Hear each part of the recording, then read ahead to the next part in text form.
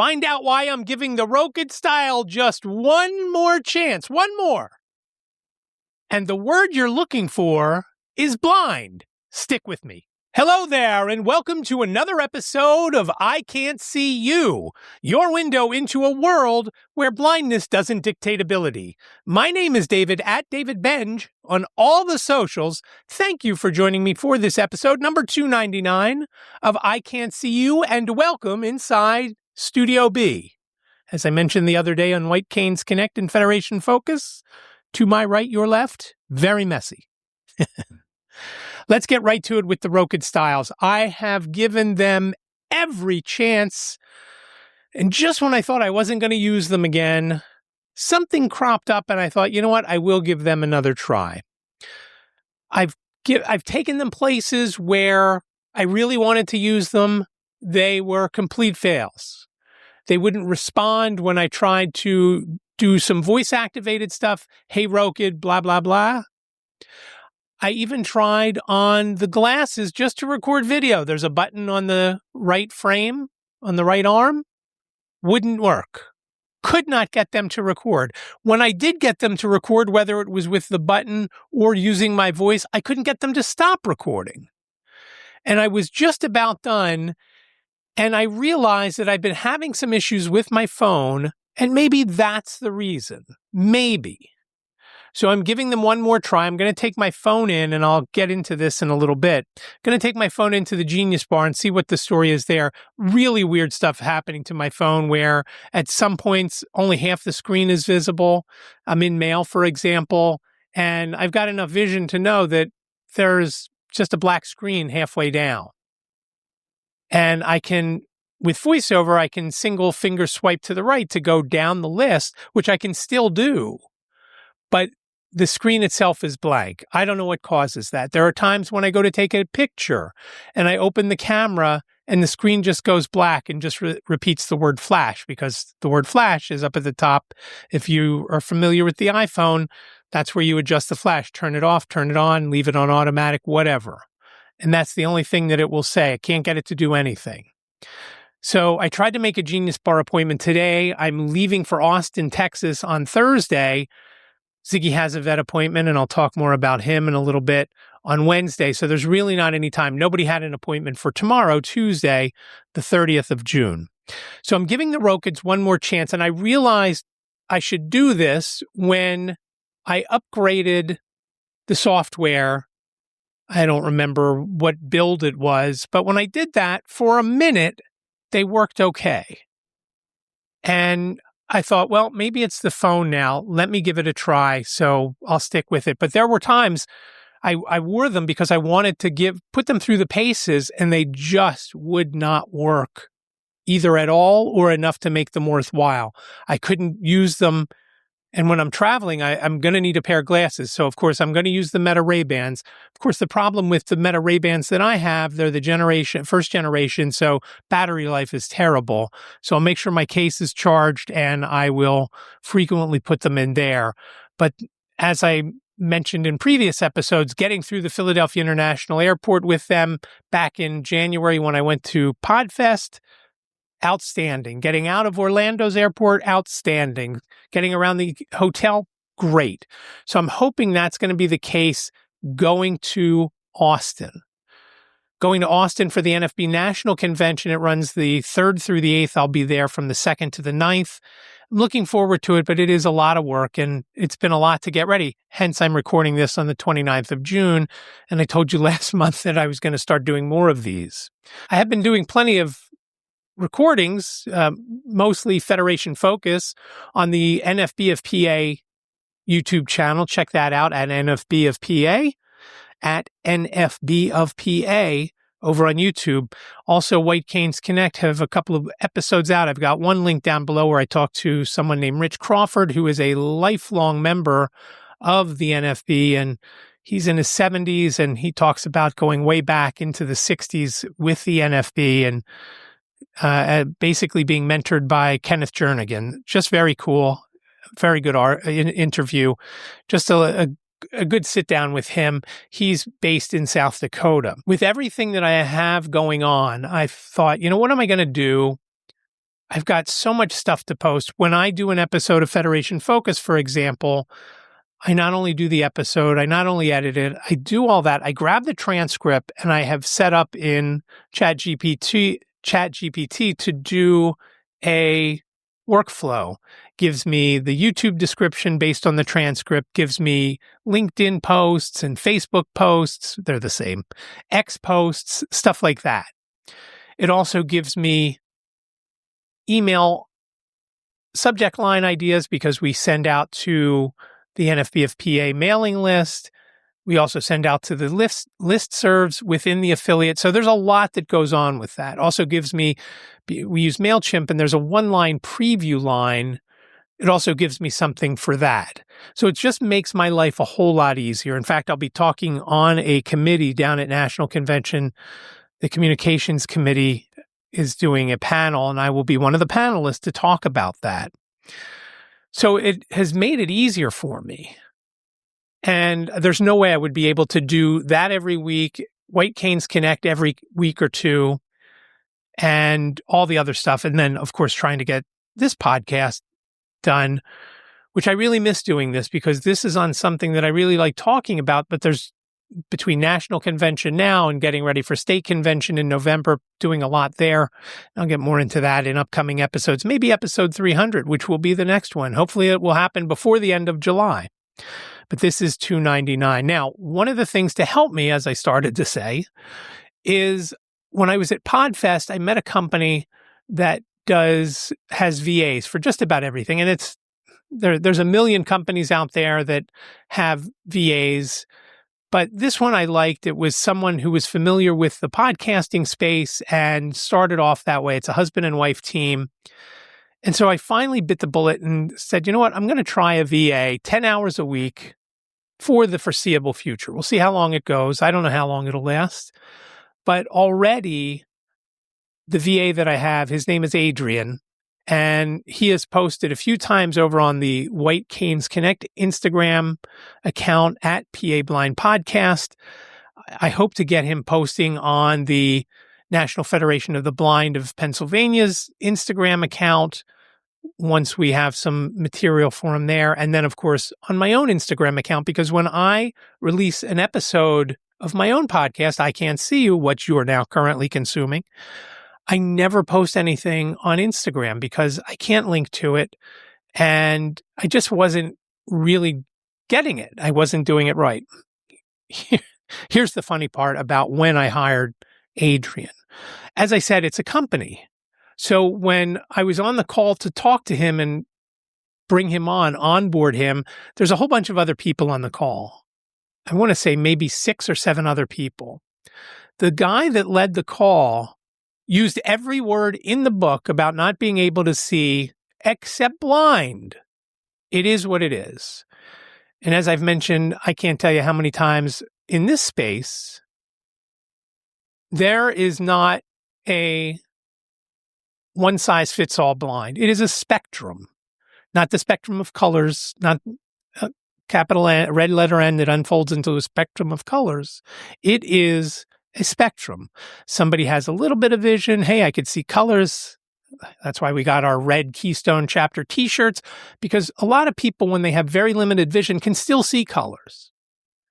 And when you're out and about and you're as a group, it makes it easier for folks to tell where the rest of the group is. But blind is anything from legally blind, which is 20 over 200, to totally blind. And again, there are a boatload of things in between. Blind is blind. That's all it is. It's blind. You can't see. You just can't see. He may have said that, but he never said the word blind, not once, thinking that it was some kind of crazy word that he shouldn't utter. And it just is funny to me that somebody would be afraid to use it. I know it's gotten to the point where so many people are concerned with what they say and they don't want to offend somebody that they, of course, end up offending them because they're not saying the words they should say. And things change frequently. 1 minute it's okay to say this, and then a minute later, nope, you shouldn't use those words. I am telling you, if you see someone walking down the street with a long white cane, they're blind. They can't see. I like to say I can't effing see, but I don't think I've ever used that word on this on this podcast. So I'm not going to start today. Maybe in episode 301. But blind is blind. And that's all there is to it. There's no reason for you not to use those words. It's offensive that I can't see, but to say that I'm blind is not offensive. Just like it's not offensive to call me bald. I am. That's what it is. That's what it is. So again, when you see somebody that is blind, don't beat around the bush. Say, hey, you're blind. I can tell you're blind because you got that long white cane and you got the sunglasses on. And it's just funny how people treat folks. And there's a myriad of other issues when you're blind. And I'm going to hear a lot of crazy things in the next week and a half or so while I'm in Austin with all the crazy stuff that goes on, the way blind students get very limited education when it comes to braille. Braille's the only way a blind kid can learn how to spell, how to do grammar. We were at a school where blind students were going to be a good chunk of the students there. And they said, we thought braille was on its way out. How could it be on its way out? Oh, everybody uses audio now. Again, when you use audio and I say, I'm going to grab a lift, does that mean you're going to get in a ride share, L-Y-F-T, or you're going to get on an elevator, L-I-F-T? How would you know the difference? You wouldn't know. If you are just listening, you don't know. And so when you see somebody who's blind, don't beat around the bush. They're blind. Now, what I hope to accomplish in Austin, besides all of the stuff that I'll be doing for the National Federation of the Blind of Pennsylvania, selling chocolate-covered pretzels, both dark and milk, from a company in Lancaster called Groff's Candy. We'll also have some peanut brittle from them. And that was pretty good. I sampled them all. I mean, we don't want to go in blindly. See what I did there? So we'll be selling those and a few other things at our exhibit hall table. General sessions, we'll learn a lot. Again, 2 committees that I'm on, the communications committee, the bigger of the 2, and then the web coordinators meeting. I'm not on that committee, actually. I'll be attending that one. It has just been a nightmare with the National Federation of the Blind of Pennsylvania website. I have 3 forms for our state convention, one for attendees, one for exhibitors, and one for sponsors. They all have warning messages up at the top. Now, I don't know about you. I'm okay with releasing the form for attendees because that's just normal, everyday folks like myself or anybody else who is a member of the affiliate or someone who's blind who wants to check out the convention. But when you're asking for $1,000, $2,500, $5,000, even just a couple $100 from a sponsor, and that sponsor, you send the sponsor to that webpage and you see these warnings up at the top. Would you donate money for that? I know I wouldn't. It doesn't look professional. And maybe that's not even the worst case. The worst case for me is, oh, this looks like it was built by blind people. Funny thing is, it was built for blind people, but not by blind people. It was built by a developer who is not blind, under contract from the National Federation of the Blind. So that's been an issue. So I'm hoping that we get some clarification there. Otherwise, to reach out to potential sponsors and exhibitors, I may set up something on Shopify to do the various levels of sponsorship. Again, it goes from $25 up to $5,000 or more if you're willing to spend. We already have Waymo for $5,000, and we have a Berks County physician, a specialist, for $100. So we're getting them, but we're meeting them either face to face or we're talking to them via Zoom and whatnot. Waymo sponsored last year. They're looking to come into both Philadelphia and Pittsburgh. So that's what made that one, I don't want to say easy, but they're interested. But we want to get more. We need more. We're at a fairly expensive place this year, the Hershey Lodge. So we've got to get these sponsors. And we got to get the exhibitors. Now, the exhibitors aren't as big of an issue to me because we have a limited number of exhibit halls tables. So we should be able to get through those. So if you would like to sponsor or exhibit at the 2026 National Federation of the Blind of Pennsylvania State Convention in November from the 5th to the 8th, please reach out to me here, iCantCU podcast at gmail.com. And don't beat around the bush when you see somebody who's blind. But I'm looking forward to Austin. I know there's In-N-Out Burger there, which I absolutely love. The cool thing about that is I love it. It's very inexpensive, and they have Waymo in Austin, so I'm hoping to get a Waymo to In-N-Out Burger. We'll see how that goes. Hopefully I'll have enough time for that. But I'm looking forward to going. Liz is not going this year, of course, because she'll be here with Ziggy. Jane will also be in Texas, although she'll be in Dallas, not Austin. Almost the same exact time I'm in Austin. She goes the 3rd through the 8th, I think, and I'll be there, like I said, the 2nd through the 9th. So somebody had to stay with Ziggy. We couldn't do anything with him. And while we're speaking of Ziggy, a couple of funny things. I shot a video today. I'm wearing my Keystone Chapter t-shirt today. I shot next week's Federation Focus for the NFB of PA YouTube channel because I'll be in Texas. I don't know if I'll have time to shoot it. I certainly won't have time to shoot it and edit it.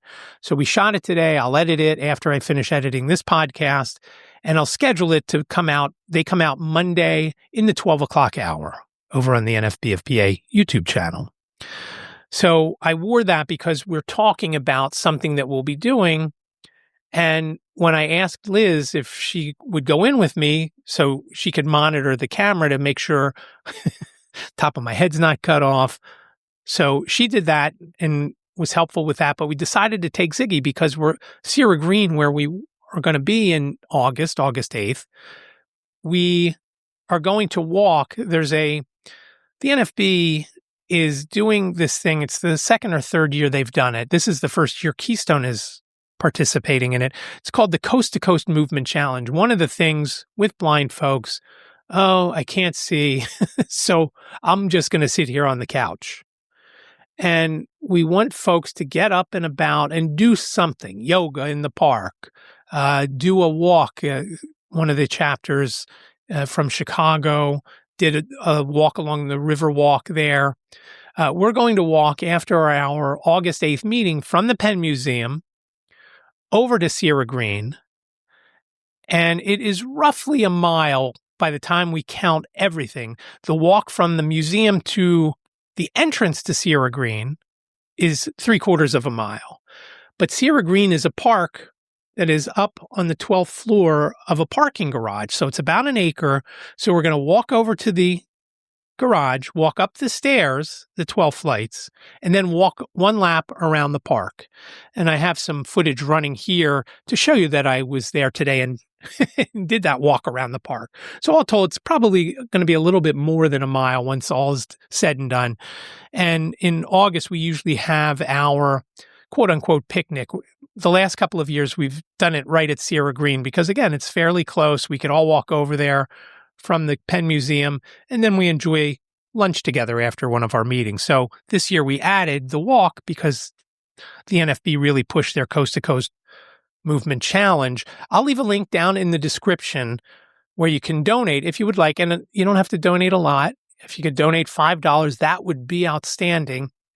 It's over on the NFB.org website, but it's a specific long link, and I don't know the whole thing off the top of my head. So I'll leave a link down below. If I can, I'll put the QR code up as well. But we took Ziggy there today, so he loved going around. It was his first time, we believe, his first time in an elevator, and he was a little freaked out by it.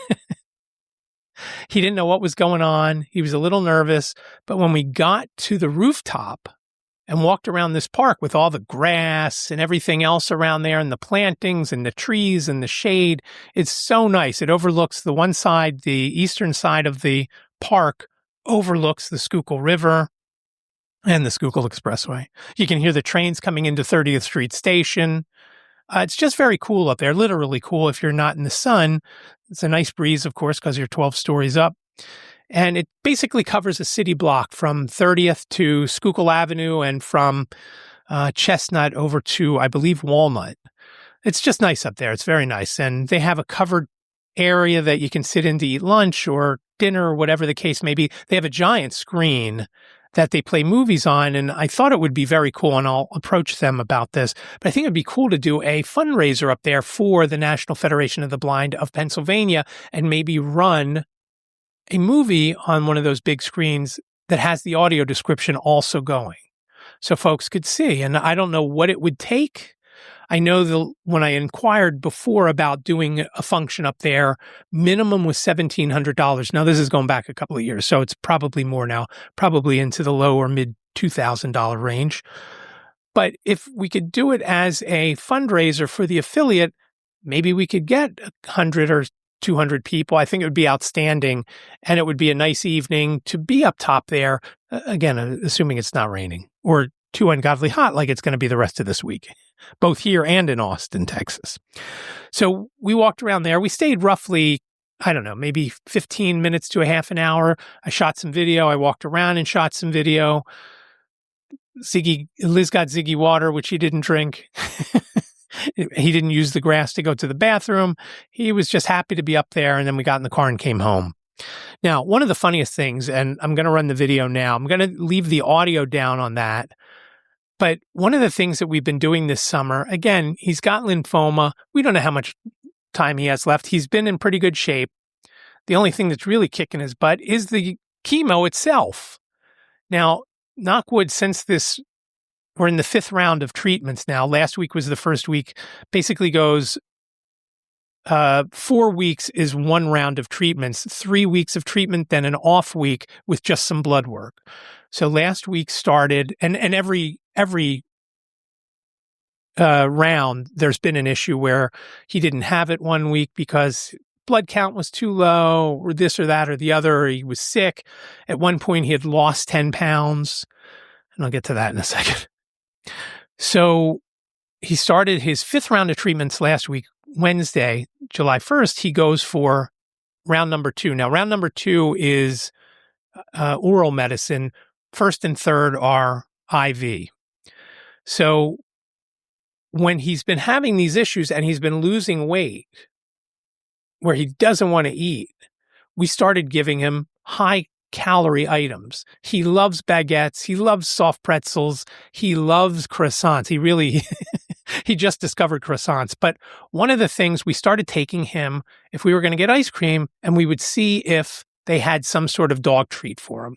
Went to a place in Ridley Park where they have this pup cup where Liz noticed it in the case, but it had a Milk-Bone dog biscuit. Well, Ziggy also has IBD, so the dog biscuit he couldn't eat. So they made a fresh pup cup for him, which was basically soft serve vanilla, peanut butter in a cup, which he loves.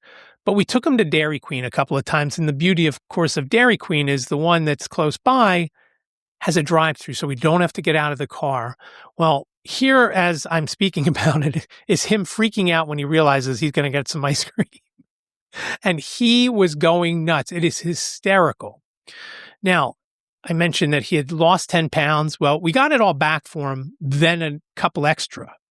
And of course, that hasn't been good for me either, because when I give him something, I will sometimes take a lick, a bite, or a taste, as Jane says, a BLT.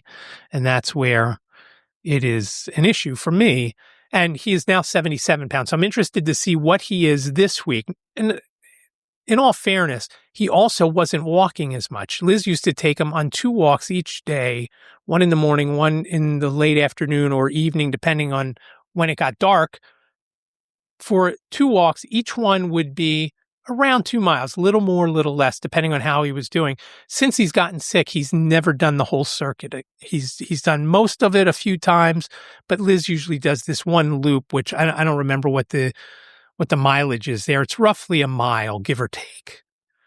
So when he hasn't been feeling well, she didn't even take him on that. Now he's gotten to the point where at around 4 o'clock in the afternoon, he will start grumbling to Liz and I And I always think when he comes to me, it's for food because I am the one that does that. And when he goes to Liz, it is usually because he wants to go somewhere or take a walk. And it's mostly a walk because he likes getting out and going around.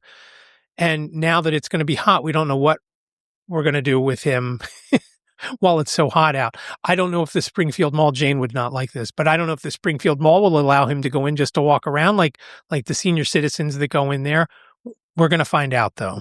But he loves going for walks. And in there especially, he would be able to, I'm sure, get a lot of steps in. But it is just funny to watch him with the Dairy Queen. And even mentioning the words ice cream, he gets excited. We also have ice cream in the fridge. Ben & Jerry's makes a couple of dog flavors, which they're both pretty good. I'm not saying this because Ziggy told me they were. I've eaten them. Not a lot. Again, a taste. One of them is pumpkin, and that one is better than the other one. The other one is some sort of pretzel and vanilla ice cream and something else. And it's pretty good, but the pumpkin is much better. It's very cinnamony, and you will like it and your dog will like it. If you like pumpkin, you'll like it. So that's the update on Ziggy. Again, he's doing as well as can be expected now. He seems to still be in good shape with the lymphoma. He's got this round, number 5, and then he's got one more round, number 6, and then you go to what's called a maintenance. I don't know what that entails, but once you get to the maintenance, you usually don't start back up with the chemo again. So that's when I guess things really start to head the wrong way. So, but for now, he's doing okay, and he is, he's not himself. There's no doubt about it, but he is still a bit of a golden menace from time to time, which we love to see. And he's doing okay, unless it's a bad reaction to the medicine. So there is all the updates. Again, biggest takeaway here is blind. The word is blind. You can use it to block your windows. You can use it to call people who use those long white canes to get around. Blind. It's blind. I really do appreciate you joining me for this episode of iCantCU, episode 299. It's on sale, $2.99. Please reach out if you've got questions, comments, show ideas, whatever the case may be. iCantCUpodcast@gmail.com, iCantCUpodcast@gmail.com. You can also give me a buzz and leave a voicemail. You've got up to 3 minutes. Leave your name and town. If you do leave a voicemail, 646-926-6350, 646-926-6350. I would love to hear your thoughts on any of the things that I said or any other things you'd like me to touch on. I am excited to try some other glasses. I'm hoping some of the folks in Austin have some smart glasses that I can test out. And of course, if they do, I will tell you about them in an upcoming episode, hopefully number 300, which won't be too long from now. Also reach out on the socials at David Benj, DavidBenj on Instagram and Facebook and X and Threads and Blue Sky, and there's one more. LinkedIn. That's the places I can normally be found. I don't check in on LinkedIn as much as I should, but I do post there usually every time I post something, I talk about it there. But I do appreciate you joining me. Check out an additional article over on the website for this episode. Again, that would be $2.99. So it would be iCantCU.com/299, iCantCU.com/299, numerically speaking. And remember, iCantCU sounds like a whole sentence, but it's only 7 characters long. ICANT, capital C, capital U.com/299. Thanks again for joining me for this episode. Be well, stay safe, and I will talk to you in the next episode.